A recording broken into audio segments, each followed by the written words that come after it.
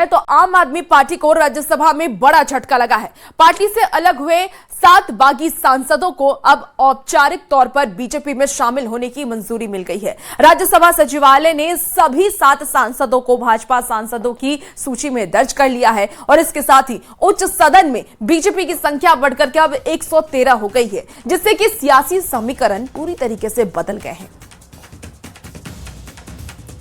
तो देखिए, आप के 7 सांसद बीजेपी में शामिल हुए और इससे बीजेपी और भी ज्यादा मजबूत हो चुकी है। राज्यसभा की अगर हम बात कर लें तो राज्यसभा में बीजेपी की संख्या अब 113 हो गई है, जिससे कि आने वाले वक्त में बीजेपी मजबूती से कोई भी बिल पास भी करा सकती है। तो आम आदमी के 7 सांसद बीजेपी में शामिल हुए हैं, उन सभी के नाम भी आपको टीवी स्क्रीन पर दिखा रहे हैं।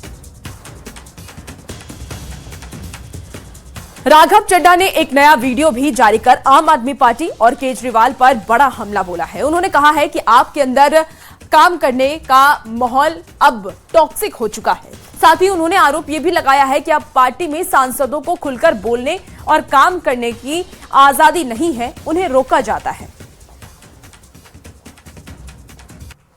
पिछले कुछ सालों से मैं ये फील कर रहा था that perhaps I am the right man but in the wrong party. और इसी के चलते मेरे सामने सिर्फ 3 ऑप्शंस थे।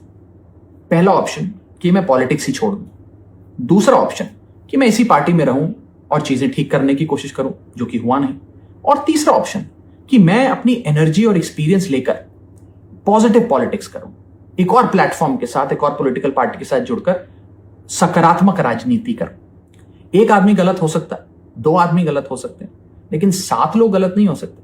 और वो अनगिनत लोग जो एजुकेटेड एरुडाइट लोग थे, जो इस पॉलिटिकल पार्टी के सपने के साथ जुड़े थे, वो तमाम लोग जो इस पार्टी को छोड़ के चले गए, क्या वो सारे गलत हो सकते हैं? आप ऐसे समझिए, आप में से जितने ऑफिस गोइंग लोग हैं, यदि आपका वर्क प्लेस एक टॉक्सिक प्लेस बन जाए, उसका एनवायरमेंट टॉक्सिक हो जाए, तो आप कितना काम कर पाएंगे? क्या आप वहां काम कर पाएंगे? अगर आपको वहां काम करने से रोका जाए, आपकी मेहनत को दबाया जाए, आपको चुप कराया जाए, तो आप क्या करेंगे? उस स्थिति में सही फैसला यही है कि आप उस वर्क प्लेस को छोड़ दें। शायद हमने भी वही किया। और दिल्ली हाईकोर्ट में पेशी से पहले अरविंद केजरीवाल ने बड़ा बयान जारी किया है। वीडियो संदेश में उन्होंने कहा है कि उन्हें झूठे केस में फंसाया गया है। केजरीवाल ने साफ कहा है कि ना वो खुद कोर्ट में पेश होंगे और ना ही अपना वकील भेजेंगे। साथ ही उन्होंने ये भी कहा कि वो जस्टिस स्वर्णकांता का सामना करते हैं, लेकिन न्याय नहीं मिला तो सत्याग्रह का रास्ता अपनाएंगे। ऐसे मौके आते हैं जब जीत या हार मायने नहीं रखते, उससे भी बड़ा हो जाता है सही और गलत का सवाल। क्या सही है और क्या गलत है?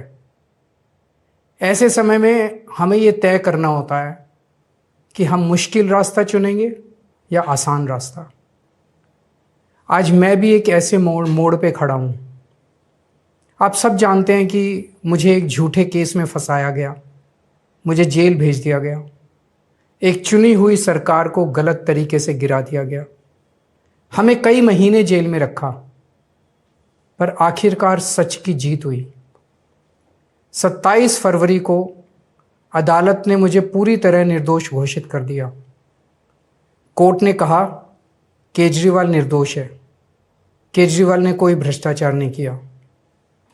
कोर्ट ने सीबीआई की जांच पे ही सवाल खड़े कर दिए और जांच अधिकारी के खिलाफ एक्शन लेने के आदेश दे दिए।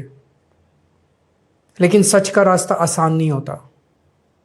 सीबीआई ने तुरंत इस फैसले को हाई कोर्ट में चुनौती दी और ये केस जस्टिस स्वर्णकांता शर्मा जी के सामने लगा। तब मेरे मन में एक बहुत बड़ा सवाल उठा, क्या इनके सामने मुझे न्याय मिलेगा? मेरे मन में ये प्रश्न क्यों आया? इसके कई कारण हैं, पर 2 कारण मुख्य हैं। पहला कारण ये कि आरएसएस की जिस विचारधारा वाली सरकार ने झूठे आरोप लगा के मुझे जेल डाला, जज साहिबा ने स्वयं माना है कि उस विचारधारा से जुड़े संगठन अखिल भारतीय अधिवक्ता परिषद के मंचों पे वे कई बार जाती रही हैं। मैं और आम आदमी पार्टी उस विचारधारा के घोर विरोधी हैं। ऐसे में क्या उनके सामने मुझे न्याय मिल सकता है?